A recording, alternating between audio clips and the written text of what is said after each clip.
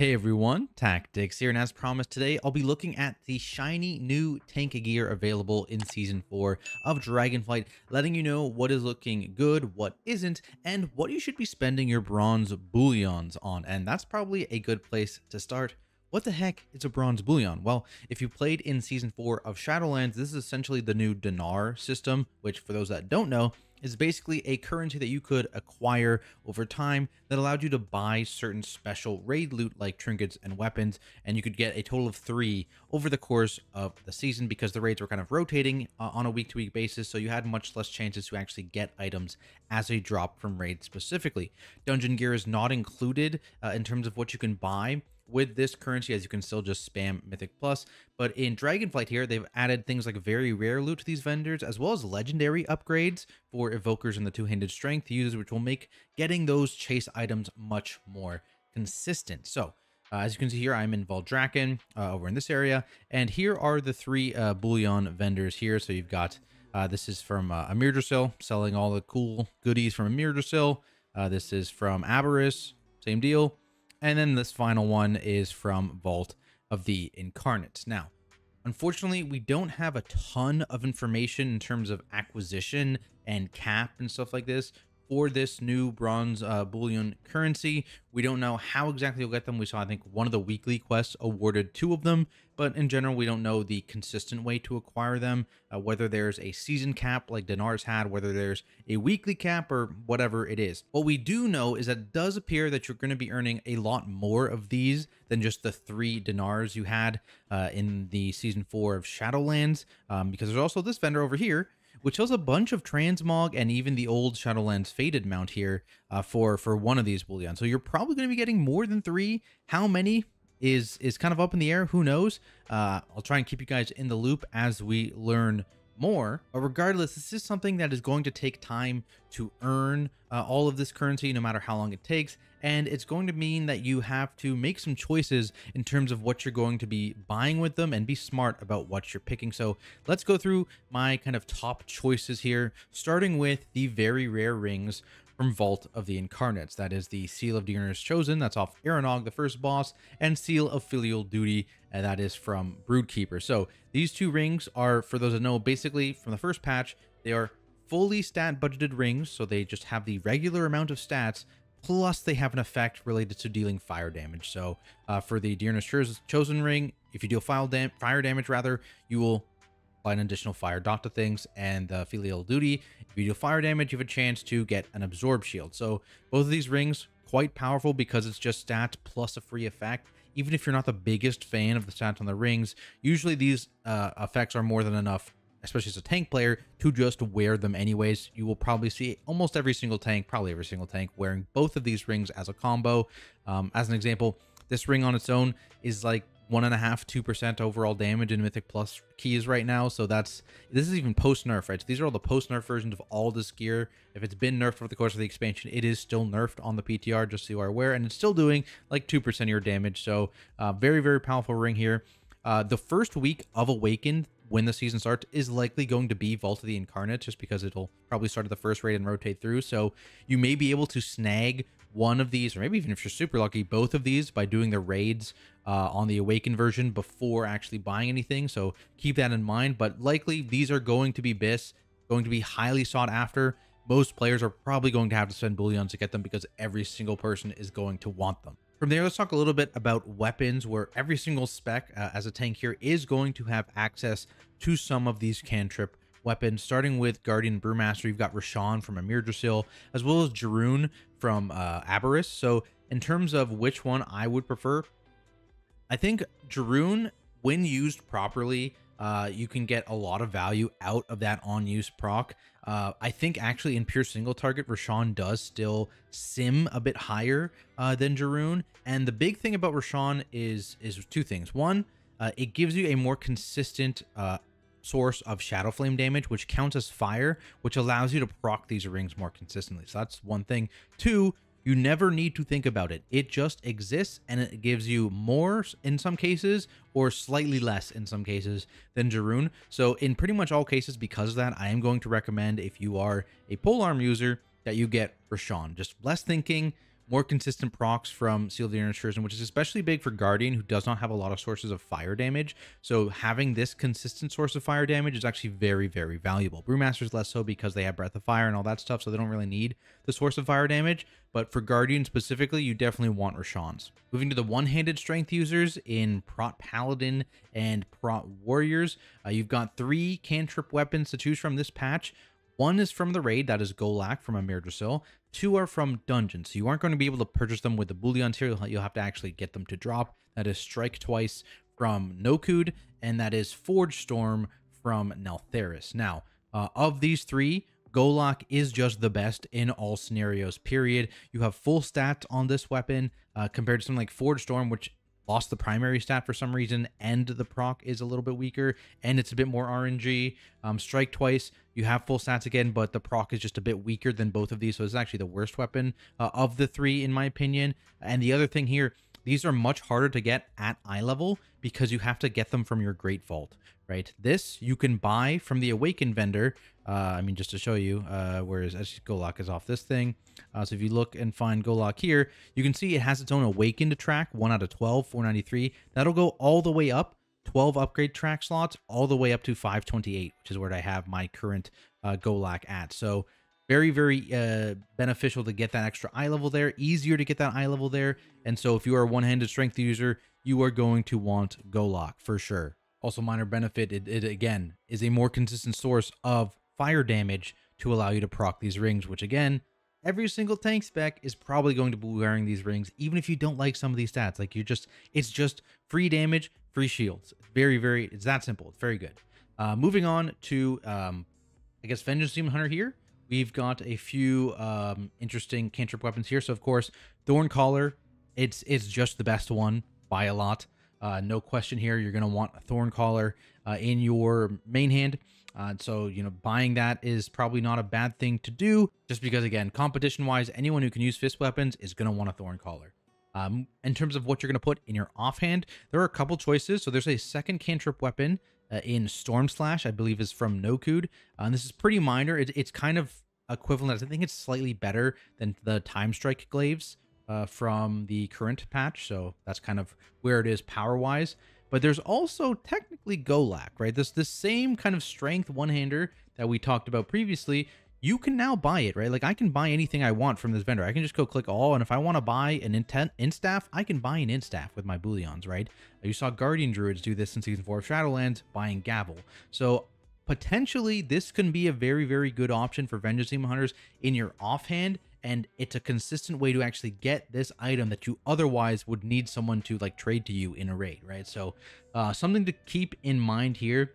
Not 100% sure if it's still going to be beating out Storm Slash. It's gonna be close, but again, the proc is so powerful on this weapon that I can totally see it. And this is a relatively low power proc, but it's coming with agility, right? So it's basically you're trading off losing 675 agility in exchange for a more powerful proc. So maybe not. Same deal here, though, is that you're going to be able to get this at 528. Storm Slash is a dungeon drop, so you're not necessarily going to be getting this at 528. It's going to be at hero track instead of myth track unless you get it from your vault. So potential there for sure. Next up, let's move to trinkets. Specifically, I want to talk about trinkets that have defensive value here. The first one, which you're going to see probably anyone who's pushing keys still wearing, is Prophetic Stone Skills. Yes, you can no longer get it from Mythic Plus dungeons, but Dodie is still available as a Mythic 0 dungeon, and then with the revamp and rejig and everything of how Mythic difficulty dungeons work, you'll be able to get it on the champion track from Mythic 0 Dodie, so you can still run it and still obtain it in the new season. And on top of that, hard mode Dodie actually drops things on the hero track level. Now, I'm not 100% sure how this works. I know back when it first came out, the hard mode was like only off the last boss's loot table in terms of the upgrade. So I'm not sure if you're able to get this specifically on the hero track, or if it's only the last boss or the whole dungeon or what, but potentially that is an option. You have to wait and see exactly how that works, but at the very least, you'll be able to get this on the champion track if your goal is to push very high keys.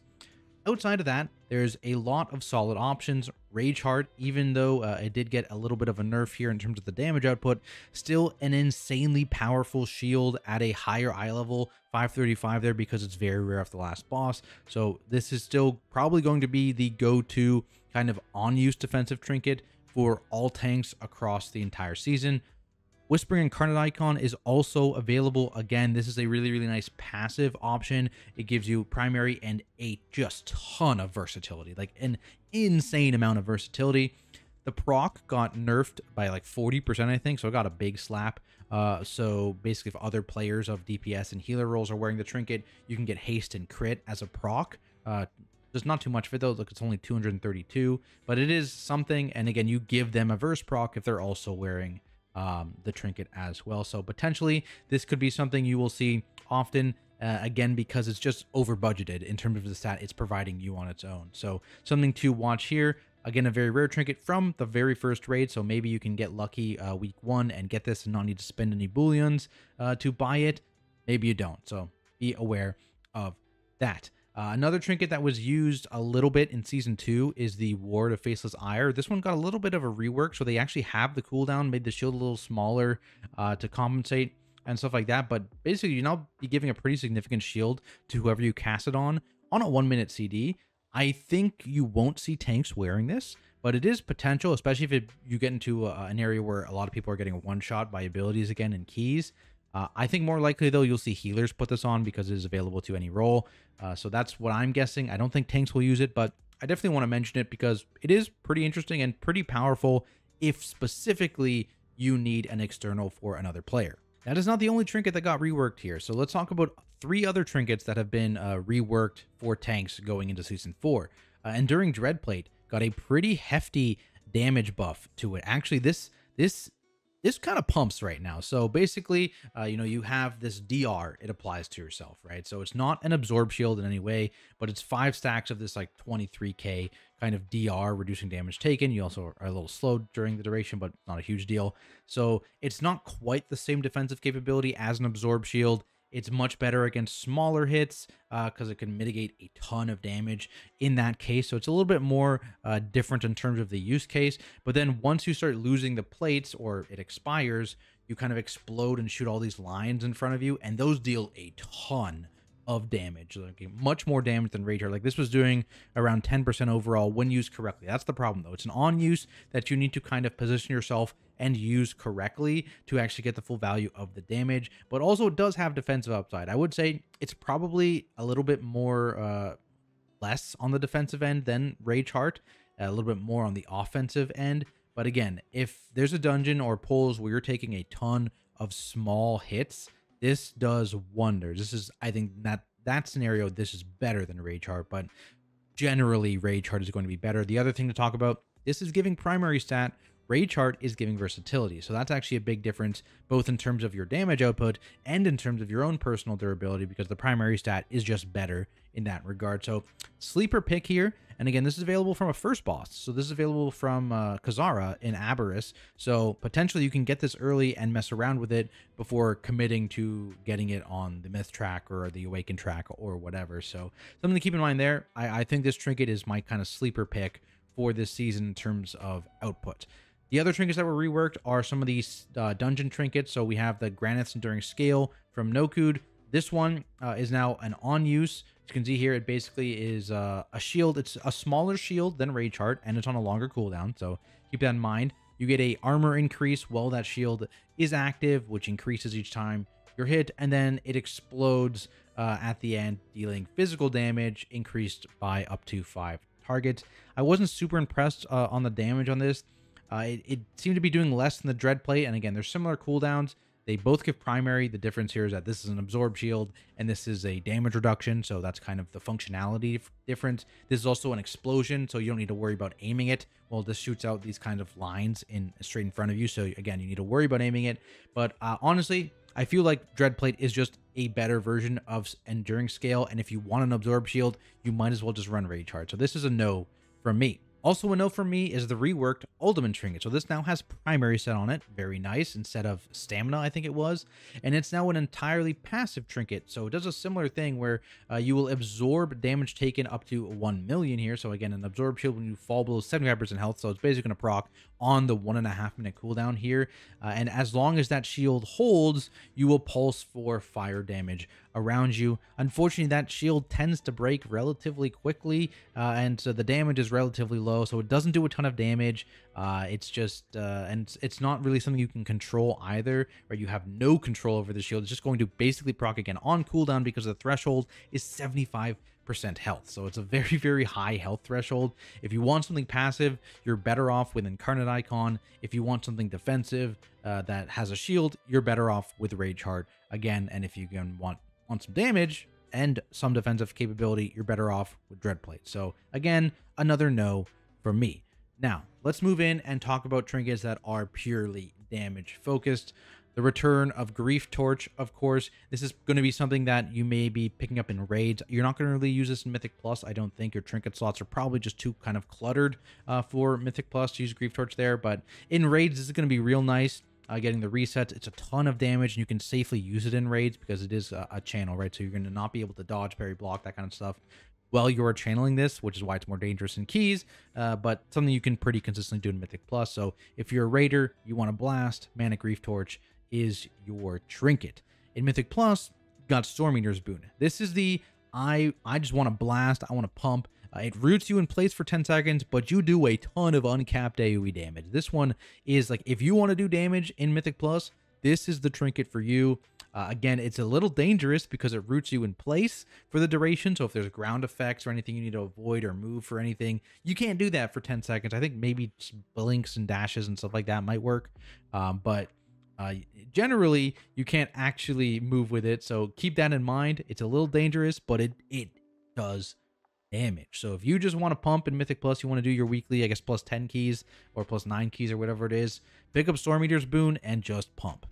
Similar vein, Augury just does a ton of damage, especially if you're a crit stacking class. It's definitely better on specs like Vengeance Demon Hunter, specs like Brewmaster that have a ton of crit. My guess is that if you're not one of those crit stacking specs, it's not going to be a trinket you're going to be looking to get. You might be going after some of these other trinkets I just mentioned in Raid or Signet Brand, which I'll mention in a second here, or some of these upper trinkets here for Mythic Plus defensiveness. But still, throughput-wise, if you are one of those crit stacking specs, this can absolutely blast. And then, of course, we have Signet Brand, which I just mentioned. If you want to do single target damage in raid fights that are longer than, 2-3 minutes, this is going to be just the best trinket, most likely, unless you get a bunch of Grief Torch resets. But outside of Grief Torch constantly resetting, this one is going to be the big damage trinket in single target. And in dungeons where you don't leave combat and don't drop stacks. So, or you can leave combat for like 5 seconds at a time-ish kind of deal. But if you leave it for more than 5 to 10 seconds, you start to lose a ton of value on Signet Brand. So maybe there's a dungeon out there where that isn't the case. I'm trying to think. I think maybe some of Alderman, something like that, potentially constantly go through and chain pull and add trash into bosses and stuff like that. So maybe, but anything where there's large gaps where you have to move, where there's RP, like Brackeneyed Hollow is a great example. You're just going to drop stacks constantly, and it's not going to be a great trinket for you. So very, very good if you can maintain stacks, and very mediocre if you can't. But there we have it, guys. That is the tank loot rundown for Season 4. What trinket or item are you most excited about coming back? Let me know down in the comments below. If you're new to the season, make sure you do subscribe to the channel. I'll be putting out a ton of Mythic Plus, Raid, and Tank Guide content over the next couple of weeks, which you'll definitely want to check out. Otherwise, thank you to my Patreon supporters for making these videos possible. Thank you to everyone here right now for watching, and I'll see you all in the next video.